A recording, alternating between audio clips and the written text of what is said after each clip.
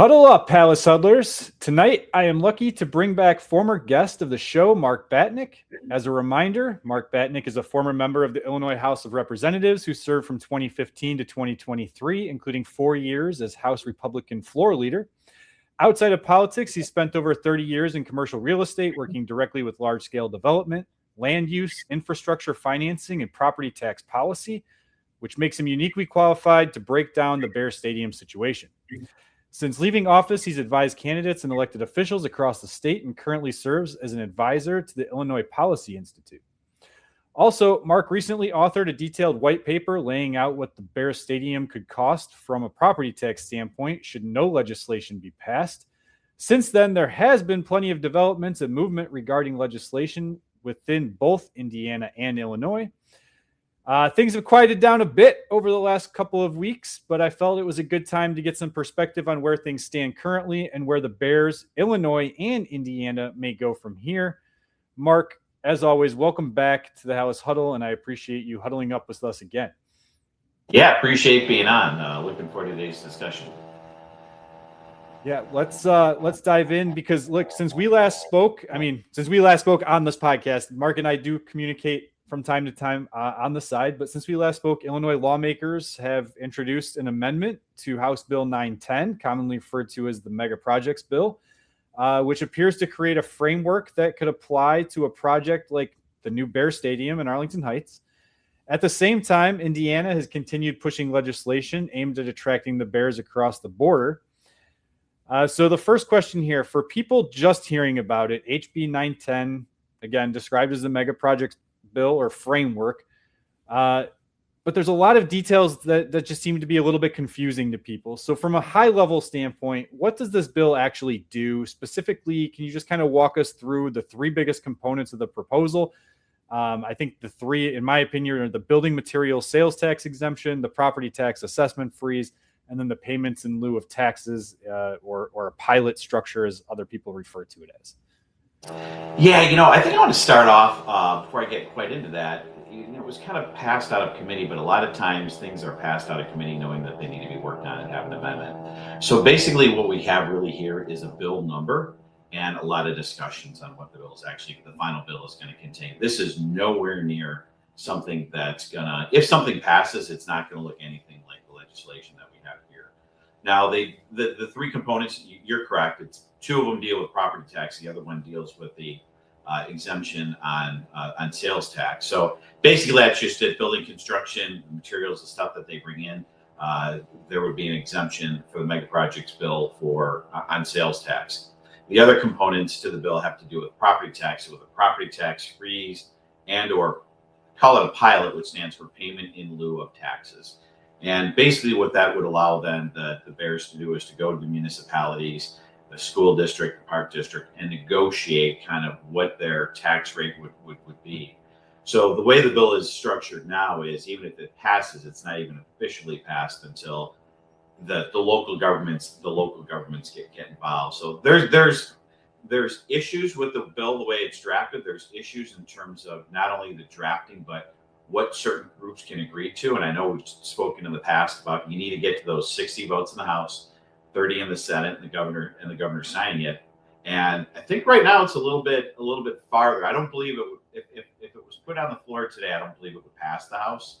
So there's certainly some work to be done, and I'm sure we're going to get into that. Yeah, we will. I mean, even Cam Buckner, who kind of was like leading the charge of it getting through that finance committee, even said he wouldn't have voted for it if it was even brought up on the House floor. So exactly.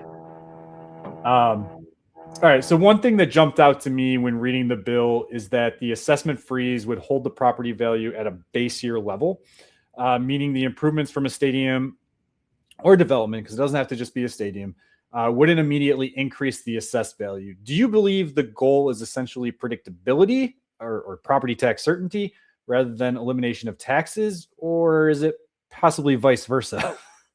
Yeah, I think it's kind of both. I mean, if you eliminate them, you've got certainty that they're gone, right? I think what probably needs to happen, and let's step back. This mega projects bill is not supposed to be just for the Bears. This is supposed to be anything that's considered a mega project. And frankly, deciding what a mega project is one of the issues, because some versions of this have it where $100 million investment is a mega project, and a lot of people don't think that's a mega project anymore, and that's going to be an important issue. What I think any person deserves, or any group or any business deserves, is reasonable taxation and certainty at the same time. So to me, that's all the state owes the Bears, or you or I or anybody else. And obviously, there's a lot of curveballs and uniqueness to a stadium deal, and a lot of these one-off sort of unique mega project bills. So or projects. That's what the goal should be. I'm not sure even if everybody agrees that's in the room agrees what the goal should be. But the goal should be some sort of reasonable level of taxation with some sort of certainty after it. All right, so we'll keep it still high level here. We'll get more into details as we continue to talk. But the bill also requires things like minimum investment thresholds, job creation requirements. Like I know, for example, you mentioned $100 million, which I agree. I mean, there's a hotel could be worth $100 million as far as construction goes. But it requires, I believe, if my memory is serving me correctly, it's 100 full-time employees with that 100 million. And there's different requirements based off the amount of money that's being put into the development. Project labor agreements, minority contracting goals. From a standpoint of, us people, regular Joes who aren't really into the politics and we follow things the best that we can. How typical are these provisions in economic development deals, and are they meant more for political support or actual economic outcomes? I would or carefully both. but I carefully actually say political support. So I'm going to go back to there's been some nuclear bailout bills that I really got into deeply, and in fact, I think one of them, one of the deals is what ended up a lot of politicians in jail. But I know one of the last ones, I'm going to use rough numbers here because I'm going from memory. There was an X amount of dollars that were required to supposedly keep these nuclear power plants open. Not going to get into whether it was a good idea or whether we should give them the money that they're asking for. But the final deal was, the final cost of the deal, saving the nuclear power plants, was 20% of the deal. There was 80% of other stuff, Christmas tree stuff, put into that deal that was supposedly a nuclear power plant bailout. So that's just how deals get done in Illinois. So the four things that you mentioned are pretty typical. I don't think are the end of the world, but you're going to see, you're starting to see people say, well, we need to do something for Soldier Field now in this bill, right? Or we need to do something for Chicago in general. You're going to see different groups ask for different things depending on what the final version of it looks like, and that's how it works. Yeah, I always go. My wife and I have seen the musical Hamilton many times, but I always think about how they're in the room where it happens, and then it's like they negotiate different things, like, oh, we're going to put the Capitol here, but then Alexander Hamilton gets his I'm blanking on what it's called, but the structure of basically the federal government, right? The banking system, I believe. Yeah, it's basically the banking system. But yeah. So there's all kinds of deals like that can go in, especially when you stop thinking of this as a Bears deal and just a deal for how we're going to structure trying to attract big projects to the state in general. Okay, so the biggest headline from the bill, obviously, is the property tax freeze or the pilot program, which, depending on compliance and extensions, could last roughly 23 to 45 years. It sounds dramatic at first glance, but the key point is that the developer would still negotiate payments to the municipality during that period, often, again, referred to as the pilot payments. Is that essentially the mechanism that allows both sides to create tax certainty for the team and revenue certainty for the local government? I feel like we touched on this a little bit already, but yeah, that's exactly what it is. They have to come to some agreement. And maybe, I don't know when you want me to get to it, I'm going to tell you what the biggest poison pill in this bill is. And it kind of deals with this issue right now. And this is the thing that I know in colleagues, I've talked to a lot of members, former colleagues of mine, members of the House, that want to support the bill. But the worst provision that is in there right now is that the taxing bodies, if they negotiate a lower tax rate from the Bears, through bonding and the way the EAB system is going to work, that's going to be added they can shift that tax basis that they would get from there onto all the other taxpayers. So I have that question in here, so we will dive into that deeper as we go on. All right. So right now the Bears are paying roughly $4 million. You and I talked about this. It's like $3.7 million that they're paying for just a vacant piece of property in Arlington Park or Arlington Heights. Under a base year model like this, that $4 million essentially becomes the starting point for negotiations. At least that's how I'm understanding it. So in your opinion, what would be a reasonable payment structure for a project like this? I know we kind of briefly touched on this and we compared it to SoFi Stadium originally. But for example, maybe a fixed annual payment, escalating payments over time, even something, tied to revenue sharing from a stadium activity standpoint. What do you think? Maybe it's a combination of a couple of these. Yeah, if I'm looking at this, and there's going to be multiple ways, there'd be multiple versions of what you're just asking that I would support. But if I'm starting from scratch, here's how I approach it. Most people get away with paying nothing for a stadium. They just structure it where it's technically owned by the state and the franchise leases it back. That's what's happening in Kansas City. That's what would happen in Indiana. So there would be zero property taxes. I think if you're more than SoFi Stadium, which frankly wouldn't be a huge amount, if you're in that $10 to $15 million range, that's incredibly reasonable for what everything else that the state is looking to put in. I know there's infrastructure that helps the rest of the community, but it helps the Bears quite a bit as well. I think the one thing that I would really want to be supporting is the rest of the project getting some sort of tax break.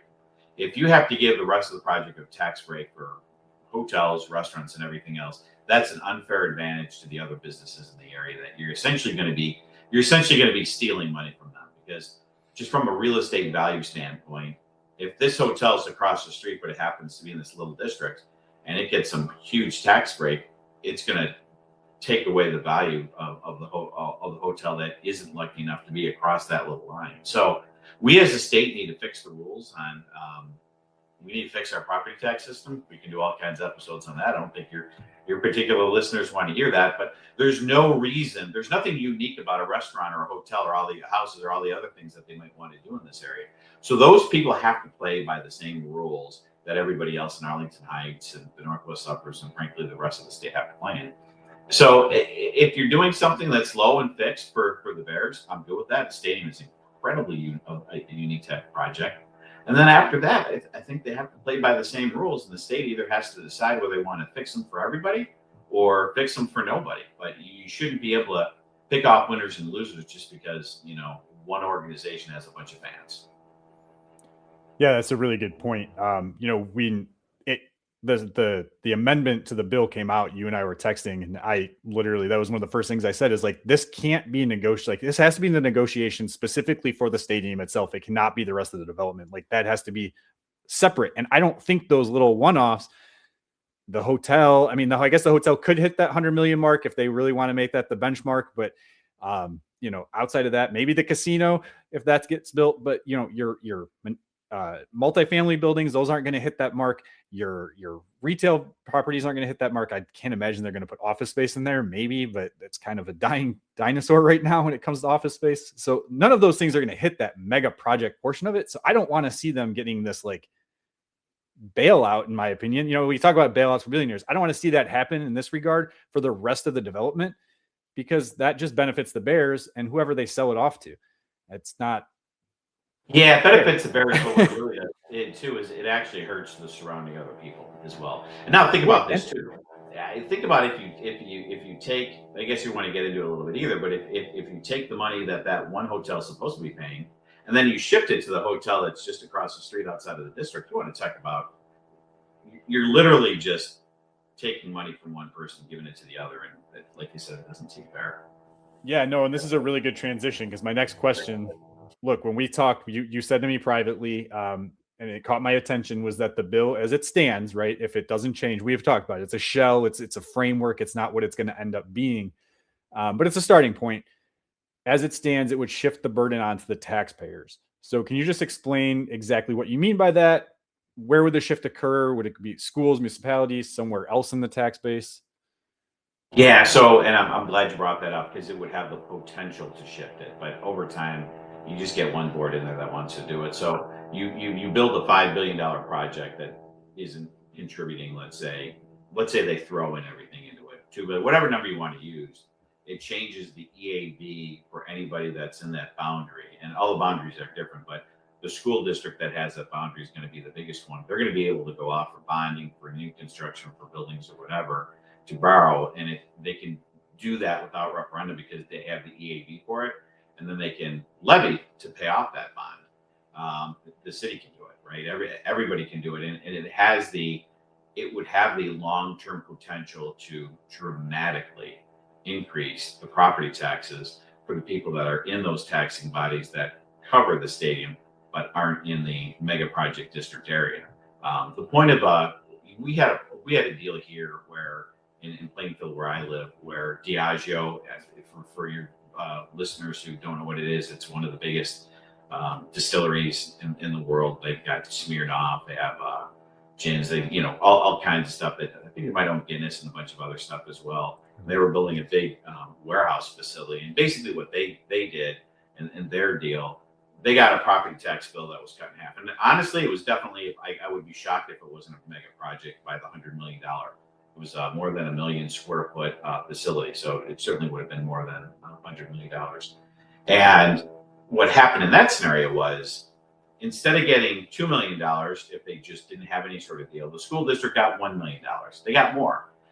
But that extra $1 million wasn't then shifted to everybody else. It was actually an opportunity for taxes to be lowered for the rest of the school district, and the city and the park district and anybody that overlapped that particular area. So the point of having a mega project and bringing in something unique is to make it easier to build economic growth for everybody else. It's not to have any way, shape, or form, front door, back door, to make it worse for everybody else that's not part of the mega project district. Otherwise, I don't want it. I mean, if I lived next to the stadium, I would know that long term this would hurt my value because of what happened long term with property taxes, and I would be opposed to it even if I was George Halas himself. So that provision, I don't know if you lose all 40 votes in the House for the Republicans, but you're gonna lose most of them. And if they talk about it, you might lose all 40, which then already puts it in a tenuous situation with the amount of Democrats that don't want to support moving the Bears out of Chicago. Right. So you mentioned that shift from the 1 million. Was there a provision that was in that agreement then that shifted that 1 million? And is there a provision that, can you maybe touch on maybe what so it looked like in this bill? Just an agreement. They basically got a tax. They're paying less taxes, but then that was it. They're just having, and I don't know for sure if it was on assessment or if they got a lower assessment or how it was negotiated out. I do know that it was roughly, they could have been paying as much as $2 million in taxes. They're paying $1 million in taxes.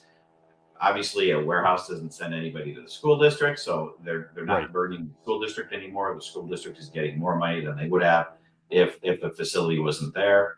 That's the way you do that. That's the way you can do a project like this. And frankly, I think the state made a couple of big mistakes, and the biggest one being waiting around. So they waited around. You have Indiana come in. Now all of a sudden they feel like they have to give a better deal because they have somebody to compare it to. Had they been treating the Bears fairly off the bat and were public about that and said, here's what we can do, this is fair, I think we would have had a deal done and it would have been better. They would have been in a better negotiating situation than they're in right now. But they waited so long, they let the other girl knock on the door, and now we're deciding between Indiana and Illinois instead of just Illinois, which it was for years. Really, the Indiana discussion was non-existent. Right. I mean, that was even around, it was considered even when George Halas was still alive. They were talking about going to Indiana at that point. So it's not anything new. Yeah, not in the serious way that. No, not like this. Allowed it to get a bill passed in the Indiana legislature. So it's they played with fire a little bit, and now they're in this situation where it feels, I just don't think they handled this from a negotiation standpoint as well as they could have. That's why I think if they should offer something quick and say, this is it, and move on. Right. Yeah, I agree. One interesting element in the bill is the local review board structure. Instead of the state making the decision alone, the board would include representatives from the taxing districts like schools, park districts, municipalities, and votes would be weighed by their share of property taxes. In theory, it kind of sounds like local control, but in practice, does that make deals like this more likely to pass or even harder to approve? In theory, it sounds like local control. In practice, it's school district control, because I can't think of an instance where what you described, the school board wouldn't be the weighted property tax entity out of those. So the school board people would be the ones that are in control, and everybody can decide if that's good or bad. It seems kind of strange to me. It doesn't sound like it would work out the best in practice to have um, the school board making decisions on mega project deals. I don't think that's within their purview.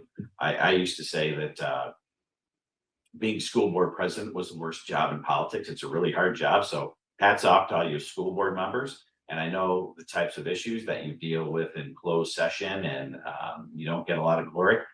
Adding this onto their plate almost seems laughable.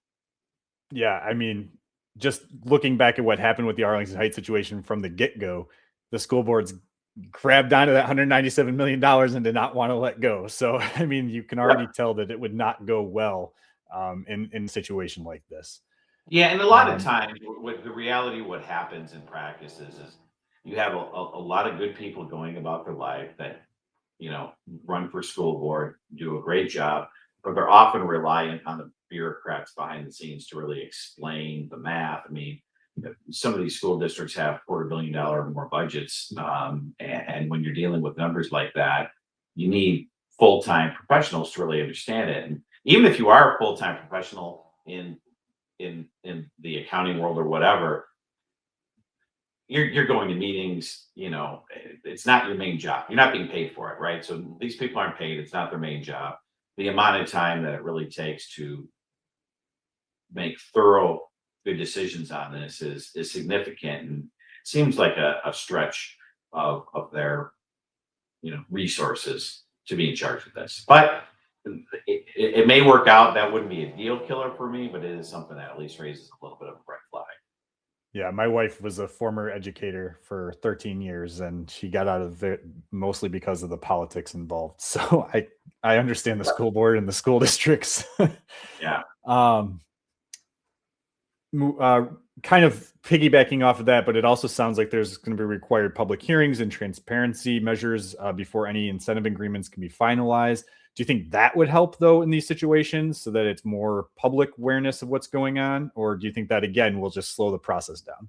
Yeah, barely. I mean, they do that in practice. I remember when we did the past our maps for the gerrymandered maps, the renewed redistricting they have to Yep. do after every census, and there's a requirement to have so many meetings, and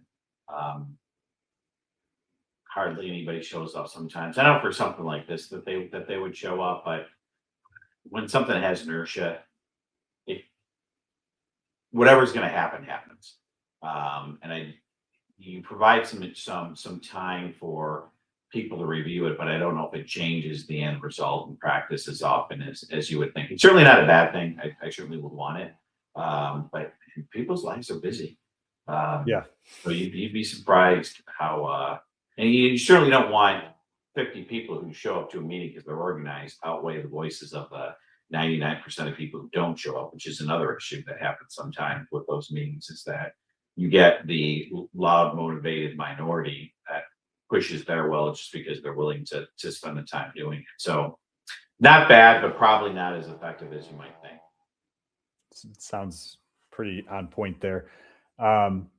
One thing that's fascinating about the HB 910 bill or the mega projects bill, again, framework, I don't want to keep calling it like it's been passed because it hasn't been, is it's essentially a shell. We talked about that. Passing it doesn't mean the Bears automatically get a deal. It just creates the legal structure for one. I think we've already answered this, so we can probably just skim over this, but would you say that's the accurate way to describe this whole situation? Yeah, I do think I'd be shocked if something passed and it didn't get done. I would think that things would be greased on the back end, but I'm not certain about that. I have no privy to any information there, but just generally how things work, it doesn't get called or passed or signed by the governor unless things are already moved. Makes sense. Politically, the challenge seems obvious. Some Chicago lawmakers, like I already mentioned Cam Buckner, some downstate districts you had talked about, you got to get these certain amount of votes, don't appear to have a strong incentive to support a stadium deal tied to Arlington Heights from your perspective. And again, I think we've talked about it on this again, so you can probably just kind of gloss over it. Who actually needs to be convinced for this to move forward? And I'll go back to our last conversation that we had. Do you still believe labor is going to be the driving key? Well, I think labor is definitely one of the drivers, and that's the way to get, the way to get a downstate Democrat or even a Republican. A lot of them are supported by labor, and if somebody is not going to be affected by it positively or negatively too drastically in their district, it's likely that labor will go in and do some arm twisting. And like I said, who knows what else is going to go on that Christmas tree? I remember somebody got a vote because the state was going to fix it.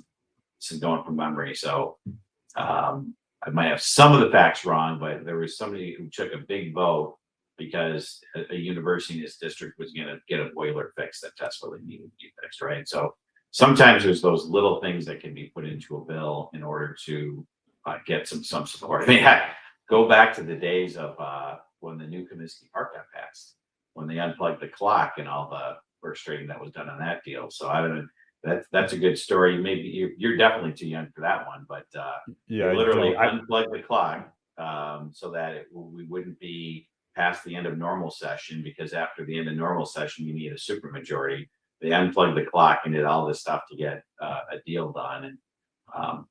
And there's a lot of lore, what jobs were promised for votes during that, but they got it done.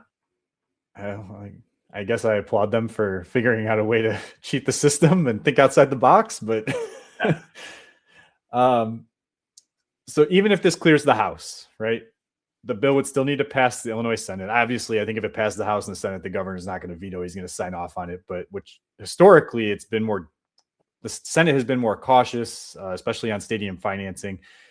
Do you think this is going to be a potential for bigger hurdle getting it through the House? It seemed like Indiana, and we'll touch on Indiana really quick here in a minute, but it seemed like Indiana just went boom, boom, boom.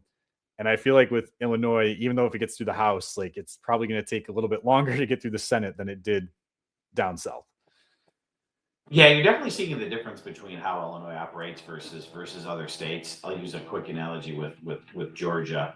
I visited Georgia one time, and one of the things that they do at the end of session is their Capitol set up the same as ours, where the House is across from the Senate. They open the doors and they gavel out at the exact same moment. So they're just in sync with everything they do between the House and Senate. Sometimes what happens in Illinois is either the Senate or their House will pass a budget, adjourn, go home, and basically say, take it or leave it. There it is. If you want to stay till 3, 4 in the morning arguing this and voting for it or voting against it, whatever, we're done. We did our job. We're done. There's not as much organizing between the two. The funny thing is I don't think that's going to be the case with this bill. This bill, especially with the governor's team being involved, if it gets called for a vote and voted on in the House, it'll go to the finish line. That's my prediction. Well, you'll have to have me back on to see if that happens. I don't think once it gets called for a vote and people start hitting red or green, I don't think it's going to fail and get tripped up on the way to the governor's office. It'll pass. So that'll be the sign. Once you start seeing it pass in the House, that'll be the sign. Big bills like this, generally, that's the way it goes. Okay, that's good to know. So shifting to Indiana really quick, while Illinois has been debating framework and tax structures, Indiana has been aggressively positioning itself as an alternative. We talked about it, the other girl knocking on the door, you choosing between you like blondes or brunettes. I don't know. Earlier this year, Indiana passed legislation in the form of SB 27, Senate Bill 27, designed to help fund stadium projects through regional tax capture mechanisms tied to stadium development. Some reports have connected that to a possible Chicago Bears stadium in Hammond, Indiana, just across the state line. I think it's Wolf Lake. How serious do you believe, and I know we talked about this before, but how serious do you believe that threat still is? And are they still truly viable, or is it becoming more obvious this has just been a leverage play in negotiations with Illinois? Yeah, I do think it's correct. I think one of the biggest hangups you might have in Wolf Lake, and I grew up just on the Illinois side of that. So when I would go to grandma's house, we would pass Wolf Lake on the Illinois side. So I always knew that if there was going to be a deal, it would be the Wolf Lake location. There's no way they're going to Gary. That is way too far from the population center of the Chicagoland area and the money center of the Chicagoland area, frankly. But I mean, the Wolf Lake, you can walk to Chicago. You can't do that from Arlington Heights, right? So I think it's a little bit more viable still than people are giving it credit for. I think one of the biggest drawbacks for Wolf Lake that I don't know if they have the answer to yet. They haven't done the site work yet. Kind of the environmentals, and that's Yep. always been that whole area has been a industrial thing since 30s, maybe sooner. Steel mills, oil refineries, all that other stuff. So the site work and marshland and all that stuff is going to matter a lot to whether it's actually they have a viable location. So I haven't seen anything that says that the location that they can actually 100% build the stadium there, even if they want to. So that's something that I'm sure they're going through right now that they need to figure out for Wolf Blade. The only downside for the Indiana project is that it just doesn't offer the type of big grand package that you can get in Arlington Heights, right? So I envision if you do something in Arlington Heights, you're going to get a Final Four. We know you'll probably get a Super Bowl at either site. The NFL is likely to commit to that. But at Arlington Heights, you're more likely to get. You might get some concerts in Hammond. I don't think you get as many concerts as big time concerts as you would get in Arlington Heights. Some worldwide wrestling events apparently get like 100,000 fans at That AT&T doesn't Stadium surprise me. with the floor seat. So I think that's the sort of thing that Arlington Heights is just, unless I'm looking at the data wrong, Arlington Heights is a better location for. So that's really the only drawback that Indiana has. I don't think the state line and being true and loyal to Illinois has as much to do with it for the Bears as just the pure logistics as to what gives the franchise the most value. Yeah. That And said, man, I mean, there's a lot Illinois needs to do, and I'm not convinced the politicians are going to be able to structure a deal that makes everybody happy. I still, if you ask me today to put the money line on it, I'd probably 60-40 Illinois' way, but it's not like it's this 90-10 sort of situation. All right. Well, I think this is a good way to end it. I have one last question for you. So stepping back for a moment, the debate feels stuck between two extremes. You got one side saying the Bears want massive tax subsidy. The other side says Cook County's tax structure makes a stadium impossible. And obviously, it's mostly Cook County, but Illinois, obviously, as a whole, could work out some differences as well. Yeah. Is the real solution somewhere in the middle and just politically difficult to reach? And then I'm just going to rephrase and put it in like a scenario for you. If you were designing the ideal agreement for all three parties, the Bears, Arlington Heights, and the local taxing districts, Illinois taxpayers, because that's very important too, what would that structure look like to you? And is there a version of this where the Bears do get that long-term tax certainty, local governments receive reliable revenue enough where it's not shifting that burden, and a majority of the taxpayers, I put majority because there's always people out there, they're just like, doesn't matter, $1 is too much. Don't feel like they're subsidizing a billionaire owned team. Yeah, I think there is, and I think some we talked about on the first time on the show, and um, you need to take out the bonding portion that allows that EAV to be added. There's no reason for it, right? Negotiate differently on your payment in lieu of taxes. I get that. They're going to get more. You have to be realistic about the burden. There's not going to be an extra burden from the stadium for Park District or for education or the library. There will be a little extra burden for the city, right? You're going to need more city services because of that. So you should be able to negotiate something like that, and you should be able to. It would be a massive tax break for the Bears if they were to be in the $10-15 million range for property tax bill, but it would still be a political win because it would be the highest property tax bill for staying in the country.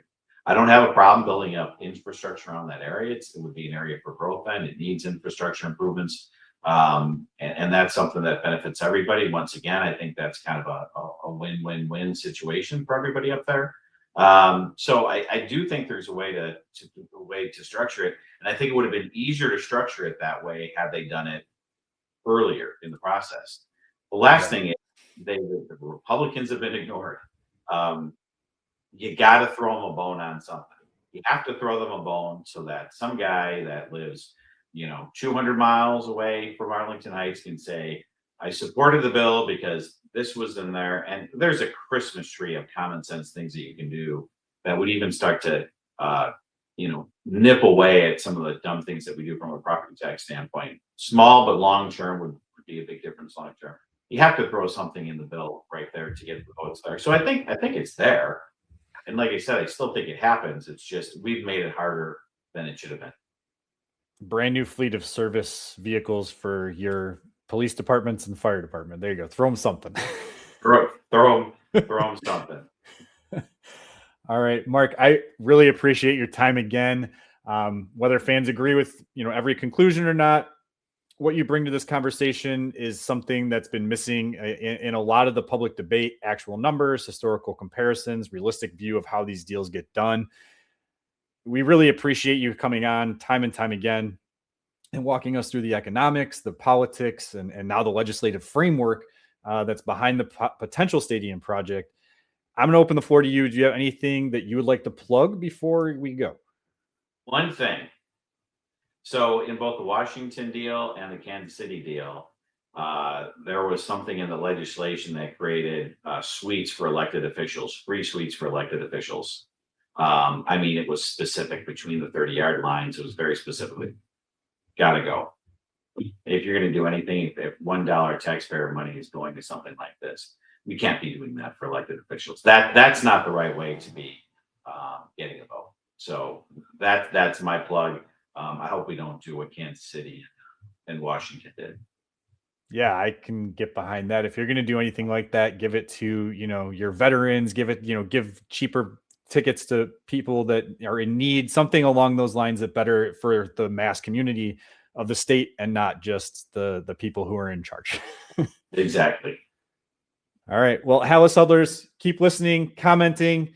If you aren't already, please hit the subscribe button. Make sure you are subscribed and hit the bell notification so that you can come back and see more in-depth Chicago Bears news, rumors, stadium talk, analysis. Until next time, bear down, claws up. As after Packers